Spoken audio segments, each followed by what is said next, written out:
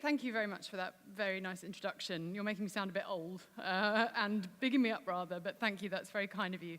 I've heard a lot about this conference. I'm actually really thrilled to be here. I've been watching some of the sessions and hearing the energy, and I'm really pleased to be here. I'm actually really hoping I stay here on this stage, given the fact that I'm wearing heels and it's a little bit small. So if I fall, somebody help me out, if you don't mind. Right, so I'm Tor. I run the search business team at Microsoft for Europe. So we specialize in marketplace, marketing, data, analytics, that sort of thing. And when I was thinking about what to come and talk to you about today, I've chosen the theme of characterizing Bing. And there's a reason for that. So I'm going to talk to you a little bit about what we're doing in the Bing Ads platform now, but I'm also going to give you some ideas of how we're thinking about search moving forward and characterizing this new search paradigm with new protagonists. So if you ask my team what characterizes me, they'd probably say she wears a lot of black, which is very true. I learned a lot from my mother in this regard, and she had a good saying. She said, Tor, when you get dressed in the morning, make sure you don't wear all of your shouty things at once. One at a time, very important. One thing that stands out at a time. And I was thinking, what if my packing for this trip had gone a little bit awry? What might that look like? Fortunately, I bought only my black things, but this lady is wearing all of her shouty things at once. She probably could have got away with the Perspex Mac if she'd left the duck hat out of it. And this is an important principle, is that you've got to be very careful about how you are characterized and how you think about really the finer, more elaborate points of what you do. This is going to be a theme that you see throughout the whole presentation.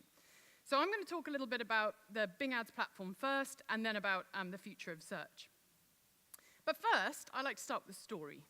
So I've been at Microsoft 10 years. What that means is you get to go to Seattle a lot, and I mean a lot. So I actually completed my 39th trip to Seattle in January. I've started to get to know the immigration guys. They're like, oh, hey, I'm getting used to the airport. I could do it blindfolded. And so when I thought about how I introduced this particular piece, I want to tell you a story about coming back through Seattle Airport. I spend quite a lot of time doing complex things when we're there, and my brain is fried by the time I've finished. All I want is a little mental sit down.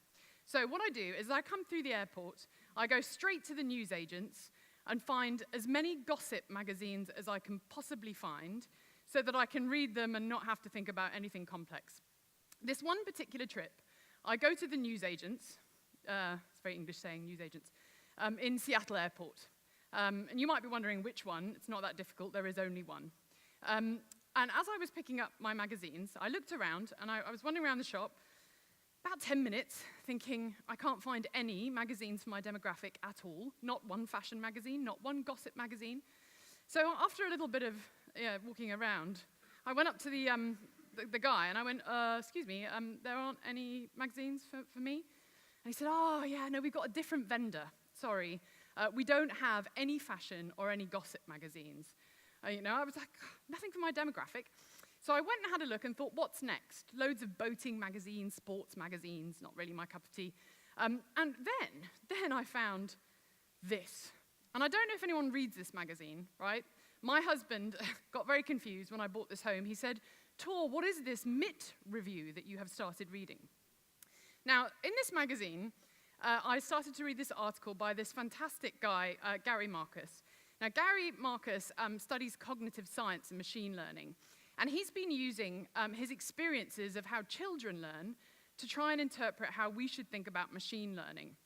And traditionally, for anyone who knows anything about this, what's traditionally happened, this idea of connectionism, which is looking for the relationships between different pieces of information and making them stronger based on how many times that relationship happens. It's really about just using generalizations, if you like, and seeing how strong those generalizations are. Now, what Gary's done, which is brilliant, is use his kid. He's got a son, and he observed how his son learnt numbers and how he dealt with rules and exceptions around that. So his son had seen that 77 was 77, 33, 22, and then had inferred that 11 must be 1-1. So he then corrected his son that that wasn't really the word for 11. But what his son then does is take that exception and reapply it and learn that exception and that new rule in order to inform the generalizations. The article also said, we could say all birds fly. Well, that's great, except for unless you're a chicken or a penguin or in a cage or otherwise incapacitated, say, for example, hungover, or something like that. Then you start thinking about how mad the English language is and how it's actually more exceptions than it is any particular rule. Or you think about how now I've changed from trying to look at what's happening with Brangelina Gate as my core airport pastime, and instead I am reading the MIT review. So if you think about how that then translates into learning and evolving the ability for us to understand information, it's about generalizations and exceptions. And in fact, the learning here is that you can spend a lot of time on generalizations, but really the power of what we do as paid search marketers is focusing on the exception and finding that exception and then reapplying it to inform what you do on a daily basis. So when I start talking about Bing ads a little bit, we've been thinking about this, not in the same way that Gary has been, but we've been using this idea for a little while. And if I want to go back and tell you about my last 10 years at Bing ads, here is the one slide of the history of Bing ads platform.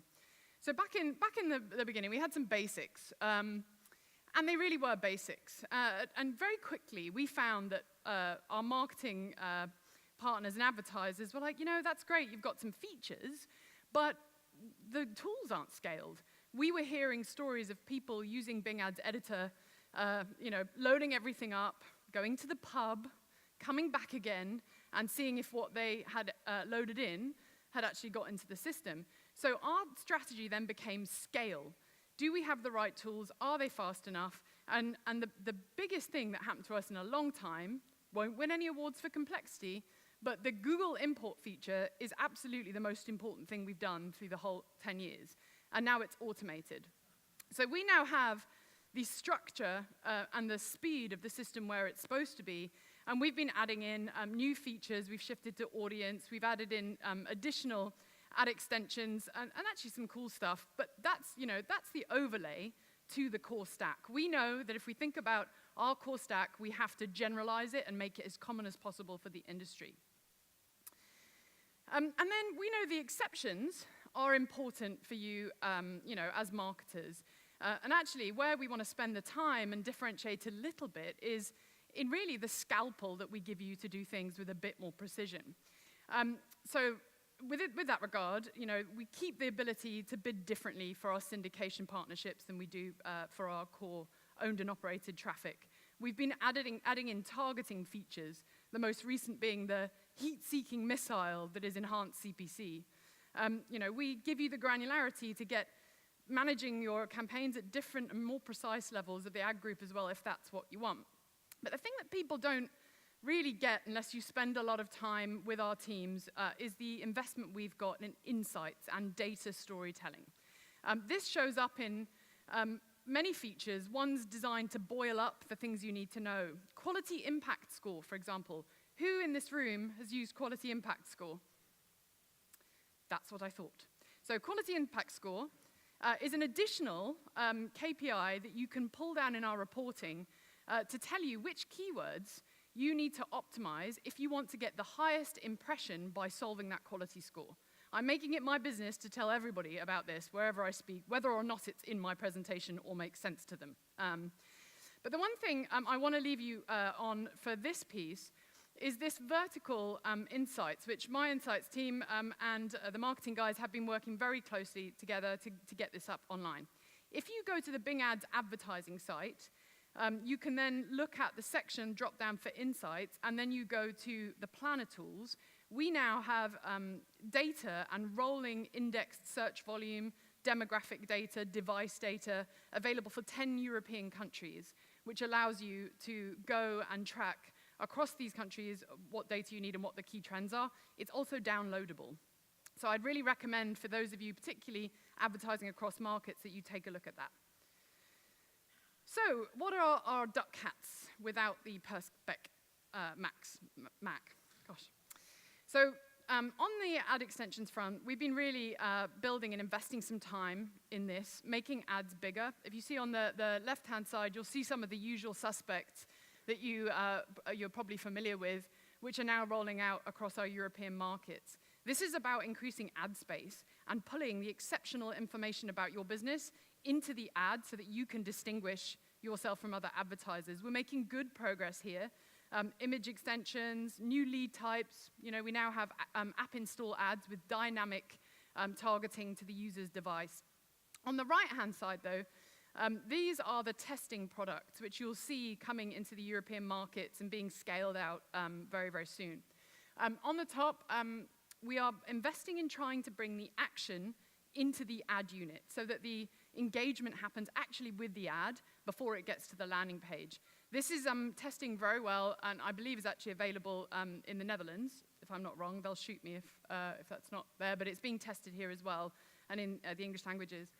The dynamic shopping extensions, this is actually quite a new one. This is not quite Bing shopping campaigns and not quite text ads. This is the love child, if you like, of the two. What we're doing is taking feed information and augmenting your text ad dynamically using shopping information. Not a shopping ad, but not a text ad either. And the newest thing we're testing at the moment is filter extensions, which, given if your site structure allows it, you can actually put customizable ranges for the advertiser, for the user to see all the ranges that may be relevant for what you're pushing right now. So this is new stuff coming out from the Bing Ads platform. So onto the fuel of paid search. On audience, I have a little, this is audience participation. Right, so how many markets do you think we have more than 5% share for now for Bing Ads? Put your hand up if you think it's 5 or more. 5 or more countries in which we have more than 5% share. Okay? All right, now keep them up, keep them up. Keep your hand up if you think it's more than 10. All right, 15? Oh, it's all of them now, which I'm thrilled to say, after the years of live and the 2-3% market share, this is our current ComScore PC and tablet market share for the European countries that we operate in. And this is really because of the amazing impact that Windows 10 has happened, and we've seen this growing consistently over time. You can see some pictures being taken. And actually, you might say, oh, well, I'm on Google, why don't I need to do this? We've said that, we've done some research that says globally 25% of our clicks only come from searches that are done in our platform, so it's quite unique. Now, every presentation should have a case study. And so I wanted to pick out an example of a company called La Fourchette, who's a TripAdvisor company, and what they have done on Bing Ads and what actually it meant for them. La Fourchette is international. They are taking advantage of multiple markets on Bing Ads. And they're very kind enough to share the data with us of their performance. Significant cost efficiency, some really great results on ROI, and increases in bookings from working with us. Now, what did they do? They used app extensions. They're a very mobile business, so they're getting great results from that. They're also running multi-market campaigns and working closely with our data and insights to plan seasonally on the network. And it's showing up as a fantastic investment for them, and they're growing and increasing across markets. So where next? Actually, it's about people. People say, hey, Tor, you're a keyword researcher. Is the keyword dead? And there's been some debate about that quite publicly, and what I would say is the keyword isn't dead, it's just got more signals and more friends. And how we're thinking about targeting audience and behavior is really the next iteration of what we're doing. I like to think of it as targeting the indecisive and forgetful and actually catching them in your net. But for us, this actually means not just targeting options, but it means actually maybe not showing ads sometimes. If you think about personalization, you might personalize that result set to the user, curate content specifically for them, and that's really where we're going next. So back to CTAC, I had to share this. This is a real sign at the airport, right? Look at how they're targeting their demographic. First, before you do anything, have cocktails. Then maybe eat something. Then if you're lucky, go to the shops. And I still haven't worked out what that bottom arrow is and what it's supposed to signify or where you're supposed to go. So maybe it's, if you don't want all of these things, go left. But yeah, so they are really improving their demographic targeting, and I hope they don't see me talking about their newsagents, but I have confirmed they have the magazines back, which is great. So let's talk a little bit about the future. So there's some new protagonists, but I find the best way to understand the future is to look at what has been before. And to do that, we're going to look at the space-time continuum of the telephone. So I did a bit of research on this. Alexander Graham Bell. Very few people know that he wasn't actually an inventor. He I believe his wife and his mother were both deaf. And so he was very passionate about how does he go about inventing something that solves that problem. Now, if you think about the telephone, I mean, in my research, I've come across quite a few entertaining things. So that first version on the left, apparently, you had to shout into it for anybody to hear you, which must have been quite entertaining to be in a room. You also had to go through an operator, a bit like affiliate marketing and some of the business models we're familiar with in the last 10 years. You had to go via somebody to get something done. Then, if you guys remember I don't know if anyone's old enough to remember the rotary dial. God, that was murder. And then if you got stuck halfway through, you'd have to start again and go back to the beginning. So in all of that time, between 1877 and when I was young, the most important evolution of the telephone was the fact they put it on the wall. So if you remember as teenagers, do you remember the excitement when actually you had that long cord and you could walk, not off the stage, you could walk into the dining room or the living room and have a private conversation with somebody? The radius that teenagers had just by that one technological advancement was amazing. Then, the next thing after that was the answer phone, recall and relay. The fact that it could do something and delay it and tell you it later. Now think about generalizations and exceptions in that context. Imagine somebody generalized your answer messages. That would be chaos, wouldn't it? You're getting answer messages from down the road all of a sudden. So that exception and that behavior was very interesting. It also started to remember your phone numbers, which we've all forgotten. I know my husband's phone number. I don't know if I know my dad's. It starts to change the behavior where your technology actually does stuff for you. And then, of course, it went mobile. And so we can tell that this was a limited functionality, right? By the fact that this banker is looking at his watch at the same time he's on the phone, I can guarantee that the clock function of a phone hadn't happened yet by this point. And then we started to get into what we know today as the mobile era, where you could take it with you. And you might be noticing there's an iPhone on there, and you must think, wow, Tor's talking about, showing pictures of iPhones. She's going to go up in a puff of smoke. Not true, because now our Bing apps are universal, and all of our apps are across all the different OSs. So I am safe, except for this stage. So where are we in search? We are here. We are just past the banker. And what this means for us is actually we've got a long way to go.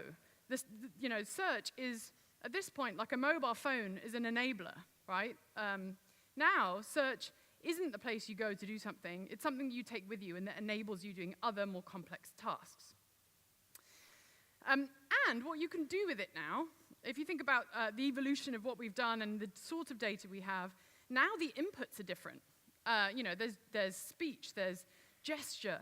And if I think about where Xbox is going and, in HoloLens, where now you can have your gaming environment can actually be your living room. It's not just the cord that you have. You can actually use that as a backdrop. What we've done with search is we have cut the telephone cord, and we can take it with you now.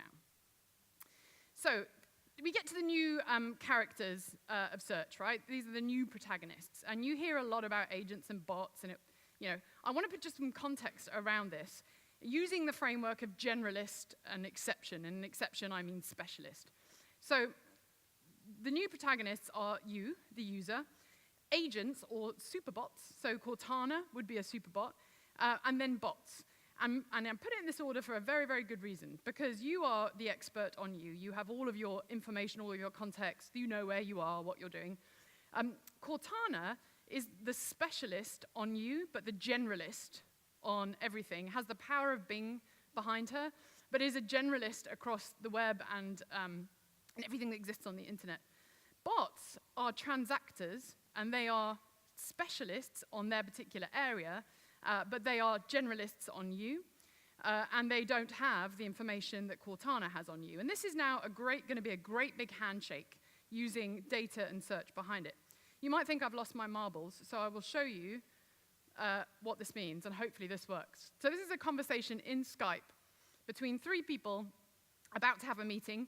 And as we know, before you have a meeting, you must have coffee, as you can see.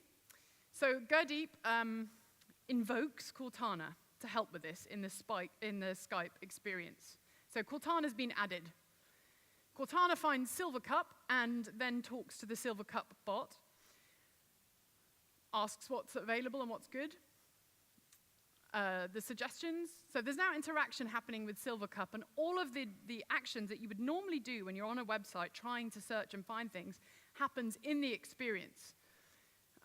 So orders are taken. And then what happens is that you have location information. Where should I deliver that coffee? The awkward question coming up, and so the mapping technology here is served through Cortana based on where you are. The Silvercup bot doesn't know that. It's just being passed through Cortana. And then the payment happens in the Skype experience. Gurdeep agrees to pay. There's a false promise from Lillian.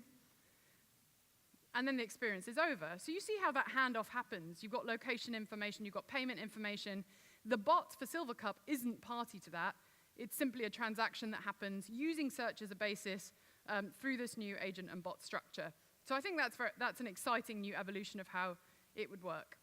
Now, anybody who's seen me speak knows that my husband is a guinea pig in most of my presentations. He's agreed to this, by the way. So if you think about now looking at images and understanding images using AI and technology, my husband, for some context, is the front man of a metal band. He is the most digitally incapacitated person you could ever meet. He's never bought anything online. I've used him in remarketing presentations before. In fact, to the point where if I bring him into the office, people recognize him and have no idea why. Anyway, so Joe's a perfect example for this. So what I did, this is my husband. What I did was I was sitting at home playing around with this and using my husband as a guinea pig. So the first one, I'm not really confident, but I think it's a close-up of a person talking on a cell phone. So he is shouting, so fair enough, he might have been an old telephone he was using, and that is the most logical scenario of somebody putting something to his mouth. Still not really a winner. So then the second picture, I'm not really confident, but I think it's a person that's laying down in the dark. I don't know how many people lie down in the dark regularly and then take a photo of themselves. Again, not quite right. But, you know, actually getting the meaning of the picture in some way, shape, or form. And then I did a wide pan shot of him on stage. I think it's a man on stage, and he seems friendly and approachable, which actually is pretty accurate to metal music. So there's a little bit of fun. But to finish off, the use of this technology is going to be impressive. And if you think about, there are much more important things in the world for us to solve than what my husband's doing on stage. So I want to introduce Saqib Sheikh. He's actually, he's been based out of our London office. He's a fantastic guy. He's a developer working on, through the Microsoft APIs. Well, I'll show you the video, but what you can see here is how all of this new input and all of this new technology is really helping us do more and be more productive. And I hope you enjoy the video, and I hope it works.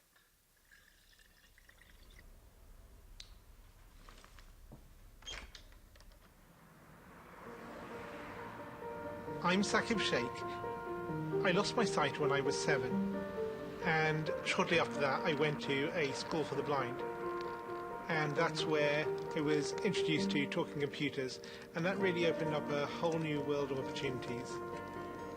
I joined Microsoft 10 years ago as a software engineer. I love making things which improve people's lives. And one of the things I've always dreamt of since I was at university was this idea of something that could tell you at any moment what's going on around you. I think it's a man jumping in the air doing a trick on a skateboard. I teamed up with like-minded engineers to make an app which lets you know who and what is around you. It's based on top of the Microsoft Intelligence APIs, which makes it so much easier to make this kind of thing. The app runs on smartphones, but also on the Pivot Head smart glasses. When you're talking to a bigger group, sometimes you can talk and there's no response, and you think, is everyone listening really well, or are they half asleep? And you never know. I see two faces, 40-year-old man with a beard looking surprised, 20-year-old woman looking happy. The app can describe the general age and gender of the people around me and what their emotions are, which is incredible. One of the things that's most useful about the app is the ability to read out text. Hello, good afternoon. Here's your menu. Great, thank you. I can use the app on my phone to take a picture of the menu, and it's going to guide me on how to take that correct photo. Move camera to the bottom right and away from the document. And then it'll recognize the text. Read me the headings. I see appetizers, salads, paninis, pizzas, pastas. Years ago, this was science fiction. I never thought it would be something that you could actually do. But artificial intelligence is improving at an ever faster rate, and I'm really excited to see where we can take this. As engineers, we're always standing on the shoulders of giants, building on top of what went before. And in this case, we've taken years of research from Microsoft Research to pull this off. I think it's a young girl throwing an orange frisbee in the park. For me, it's about taking that far-off dream and building it one step at a time. I think this is just the beginning.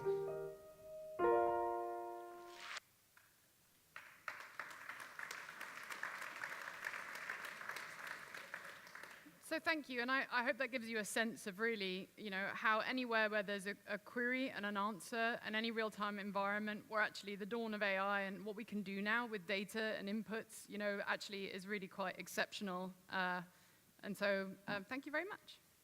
Cheers.